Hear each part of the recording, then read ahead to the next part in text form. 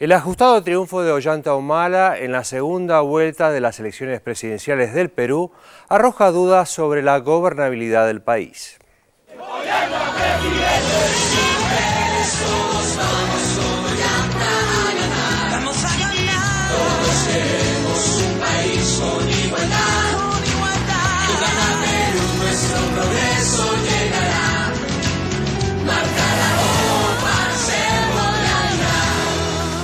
Con el ajustado triunfo de Ollanta Humala en la segunda vuelta electoral por sobre Keiko Fujimori, el Perú ingresa en una nueva fase política cuya evolución y orientación ideológica aún no pueden predecirse con exactitud. Su signo estará determinado por la capacidad de resistencia a las presiones y la construcción de mayorías del nuevo gobierno frente a la realpolitik de un país que se ha entregado con entusiasmo al libre mercadismo. Una muestra de lo que deberá enfrentar Humala ya pudo verse con la caída de más del 12% de la Bolsa de Lima al día siguiente de su victoria electoral. Ha sido un bache, hoy día estamos con una recuperación de la Bolsa en más de 7 puntos y que esto muestra que la economía peruana es sólida. Un crecimiento económico de 8 años a un ritmo de entre 7 y 8%, pues nos da esa solidez que nos permite mirar hacia adelante con tranquilidad y saber que el bache de la Bolsa fue solamente un bache.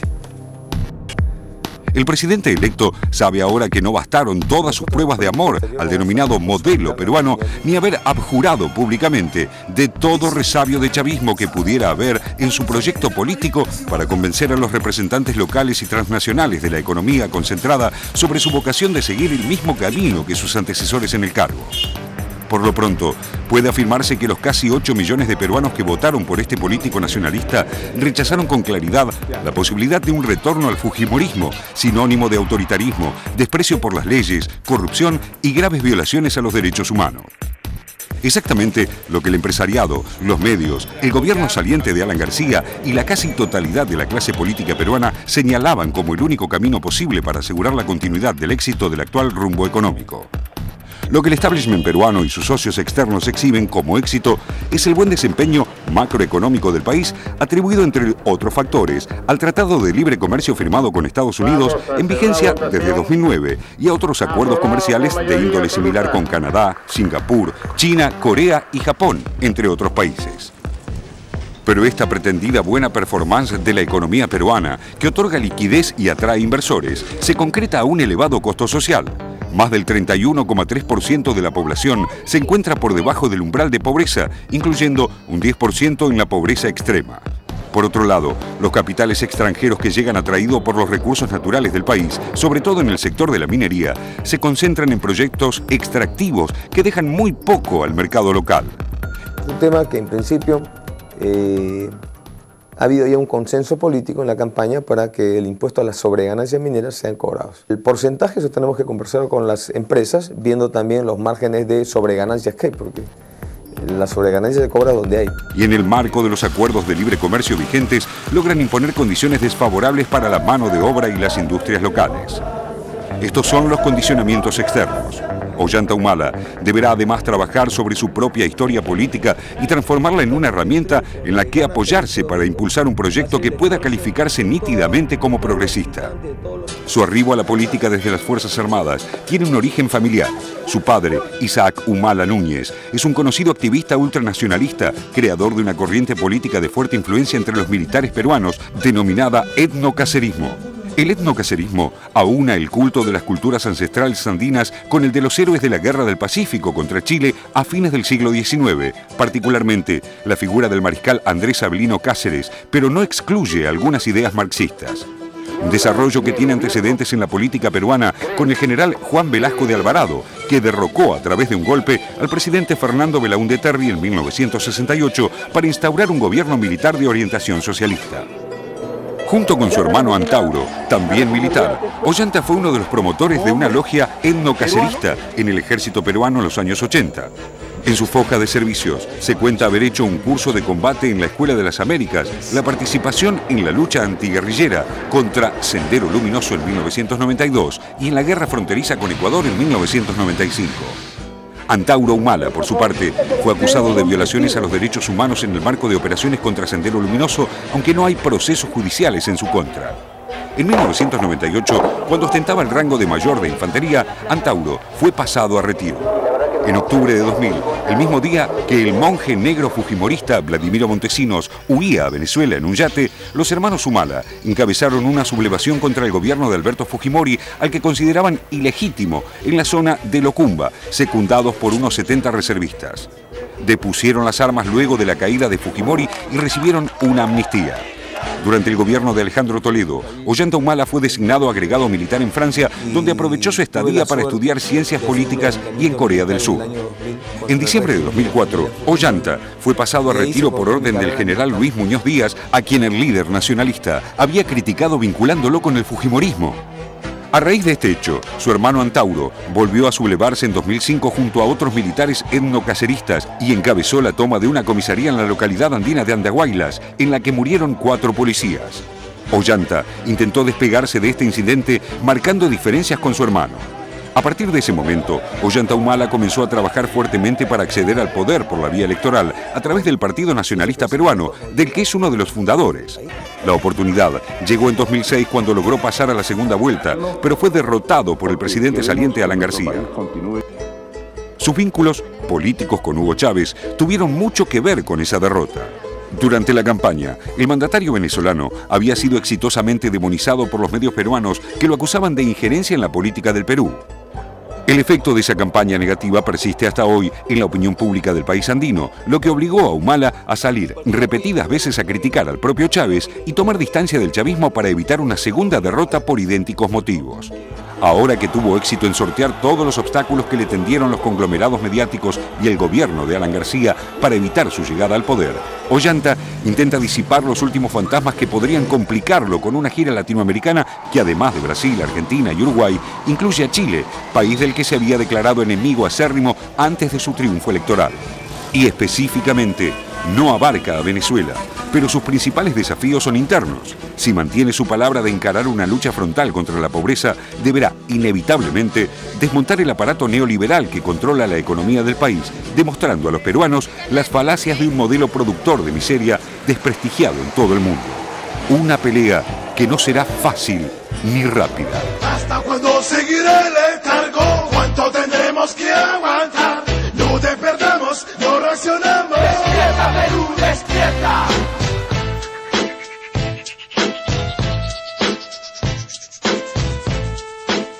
Informe respecto del desprestigiado neoliberalismo, cómo él logra que la mayoría efectivamente piense en eso después de casi 20 años de políticas neoliberales que impulsó en su momento Fujimori y privatizó absolutamente todo, y con el crecimiento de la minería, que después tengo unos datos que son impresionantes. Sí, bueno, digamos, los resultados dicen que está dividido el pueblo peruano, pero a mí me parece que esa desestabilización o ese intento de desestabilización que hubo en los primeros días de la semana con la bolsa marcan justamente eso, tratar de que Ollanta Humala no vaya a hacer demasiados cambios en el tema neoliberal. Y tengo una frase que me pareció extraordinaria de Dilma, porque bueno, Dilma Rousseff, la presidenta de Brasil, también cumple 6 meses y, como todos saben, estuvo atravesando una crisis fuerte, tuvo que renunciar el jefe de gabinete por una embestida en la prensa, también la prensa tuvo mucho que ver en Perú.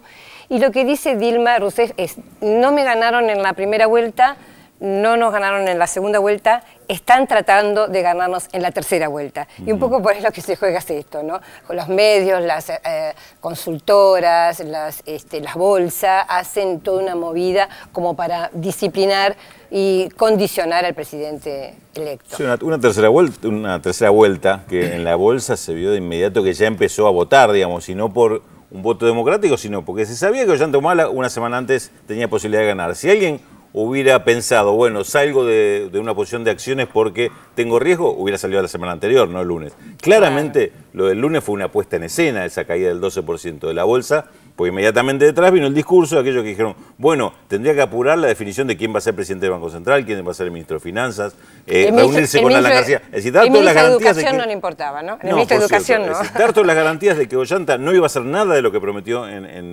durante la campaña. Es eso, que no haga nada de lo que prometió durante la campaña. Vos fíjate que ayer el diario La Razón tituló "El modelo no se toca". Ahora, la pregunta es, diario fujimorista, vale la pena recordarlo. La pregunta es, ¿qué es el modelo? Y acá hay que señalar, a mi juicio, algo. El gran crecimiento que tuvo Perú con el tema de la minería. Miren, les voy a dar algunos datos. La verdad son muchos, pero algunos pocos. Hoy Perú es el primer productor de plata del mundo. Segundo productor del mundo de cobre y zinc. Tercero en estaño. Cuarto en plomo. Quinto en oro, y en América Latina está a la cabeza de la mayoría de las exportaciones de minerales. En el año 2000, o sea, hace 11 años, las exportaciones totales, de todo lo que exportaba Perú, era 7.000 millones. En el 2007, solo el cobre exportaba más de 7.000 millones. O sea, más que el total de lo que se exportaba de todo 7 años antes. Hoy las exportaciones de los minerales representan más del 60% de las exportaciones peruanas. Y eso es lo que las multinacionales, la bolsa, los famosos mercados, no quieren que se toque, y que Ollanta Humala dice, bueno, mucha exportación, pero ¿qué pasa con lo que le queda al Estado? Con lo que se puede redistribuir, porque esto tampoco ha generado tanto trabajo como dice Alan García. No, claro, bueno, ahí está la derivación inmediata. ¿Qué pasa con estos sectores primarios cuando tienen un peso tan importante sobre la economía, no solo en el Producto Bruto, en la exportación, en los recursos? Es decir, no derivan nada de ingresos hacia la población. No son sectores que generen empleo, no son sectores que motoricen o movilicen otros sectores, porque el otro tema es que estos minerales que se extraen se exportan así, se industrializan en otros países, no se industrializan en Perú. Entonces no generan digamos, un desarrollo industrial detrás de ellos como podría ser para buscar algún tipo de beneficio para el conjunto. Y además está el tema de la concentración de ingresos que produce, porque los sectores locales ligados a este negocio son muy pocos y son justamente los que después sí van a generar algún tipo de servicios en la zona de Lima y sus alrededores, pero no más allá. Bueno, el tema del derrame. De hecho, en el informe se dice 31% de pobres. Lo que pasa es que Alan García dice, gracias a nosotros lo bajamos del 40 al 30, gracias a la teoría del derrame. Porque lo que están planteando es justamente la teoría del derrame de los 90. Exactamente, eso me parece que es una de las preocupaciones, ¿no? Y por eso hubo esta movida que comentábamos, porque lo que él quiere es expresamente crecimiento con inclusión. Es decir, de alguna manera va a tener que cambiar el modelo, y la primera visita que fue a Brasil insistió muchísimo con Dilma Rousseff el tema de cómo es el modelo brasileño en el sentido de crecimiento con inclusión. Y anunció, bueno, algunos programas sociales como Cuna Más. Cuna Más es para los chicos hasta de 3 meses, no solo alimentos, sino también motivación temprana, es decir, alguna forma de educación. También los jubilados, se llama Pensión 65, y es digamos, un programa por el cual se incluyen a todos aquellos trabajadores que no aportaron. Como Bolivia. Como Bolivia, como acá en la Argentina también. Bueno, entre paréntesis, viene el martes y se va a reunir con la presidenta Cristina Fernández de Kirchner, ¿no? Ahora, la pregunta del crecimiento, te lo hago más que nada a vos, Raúl. ¿Cómo puede crecer siendo que está tan hegemonizada la economía peruana por el tema de la minería? Porque Perú no es Brasil. Este es el tema, que es muy fácil hacer el diagnóstico en Perú, pero es muy difícil salir del modelo neoliberal. Es decir, más allá de que todo el mundo realmente sabe que el modelo neoliberal está, ya no da los resultados que promete, no es una solución ni siquiera dentro del capitalismo. Hay muchos países que están atrapados y no les va a ser fácil de abandonar este modelo o salir fácilmente. Por eso es este discurso de Ollanta Humala que tiene dos alas. Por un lado dice inclusión social, esto va a ser lo fundamental en mi política. Por otro lado, no es que salgo de este ritmo de crecimiento, voy a tratar de mantener este ritmo de crecimiento. Claro, de algún lado tiene que sacar los recursos. La pelea va a ser cuando empiece a discutir qué impuestos, qué retenciones, qué tipo de ingresos va a atrapar el Estado para tratar de distribuir, y lo que decía Pedro, cómo generas otros sectores que te den empleo, que te den ingresos para generar un proceso de industrialización o reprocesar la agricultura, que también en Perú ha sido muy abandonada. Tiene que generar un nuevo modelo económico, pero tiene que hacerlo por encima del que ya existe. No puede desmantelar totalmente el que ya existe y arrancar de cero. Este es el... No, arrancar de cero no, pero la pregunta mía era eso, un poco una pregunta así como muy básica, porque no la entiendo del todo. Vos decís que no se puede cambiar porque la estructura ya no lo permite ese cambio o por las oposiciones que va a tener en los distintos sectores políticos? Por los dos aspectos, indudablemente por los dos aspectos y plenamente Pero por los dos supongamos aspectos. una cosa utópica, que haya un 100% a favor del cambio, ¿no? Esa estructura se podría, digamos, no por supuesto empezar de cero, pero sí se podría desmontar y empezar. 100% de ese 100%, el 90% le va a poder resultados al día siguiente. Porque ¿cómo haces para una economía, desmantelar una economía que está basada en la extracción y en los negocios de las multinacionales? Decir, de un día para el otro, barro con esto, bueno, vamos a ver cómo arrancamos de cero con el resto. Es muy complicado. Y Perú está muy atado a eso.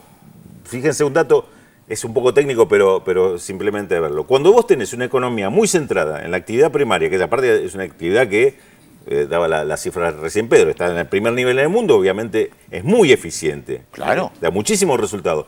Vos vas a tener un tipo de cambio bajo. ¿Para qué vas a tener tipo de cambio alto si no tenés que alentar nada? Ahora, ese tipo de cambio que te determina que todo el resto de los sectores no existen. Porque con ese valor del dólar no pueden competir con el mundo. Se va a seguir importando todo. Entonces, para reemplazar la importación tendrías que subir violentamente todos los precios para que se pueda producir internamente. Es un modelo complicado, más allá de las ataduras que tiene también políticamente. Recordemos que Perú durante muchos años se fue atando a Estados Unidos, el ALCA no triunfó en Latinoamérica, pero sí los tratados de libre comercio, como tiene Perú con Estados Unidos, tiene también que desandar esos compromisos que tiene externamente. Es muy complicado. Bueno, la opción es interesante, la opción de la alianza estratégica con Brasil es un tema como para desarrollar también, ¿no? Es decir, ¿por qué esa alianza y en qué medida eso le puede llegar a dar algún respiro, algún oxígeno económico? Pero por el otro lado, por el lado del Pacífico, para afuera tiene todavía el tema de Estados Unidos, el tema de Colombia, el tema con China también tiene un tratado de libre comercio. Un datito más respecto de los trabajadores del cobre. Según datos oficiales, trabajan apenas 20.000 personas. Ahí tenés, en el cobre, apenas 20.000 personas. Y decías en cifras, en recursos, debe ser prácticamente el 50% de las exportaciones. Más del 60% de las exportaciones del Perú vienen de la minería. 20.000 personas. Bueno, más que un ministro de Economía, parece que necesita un mago.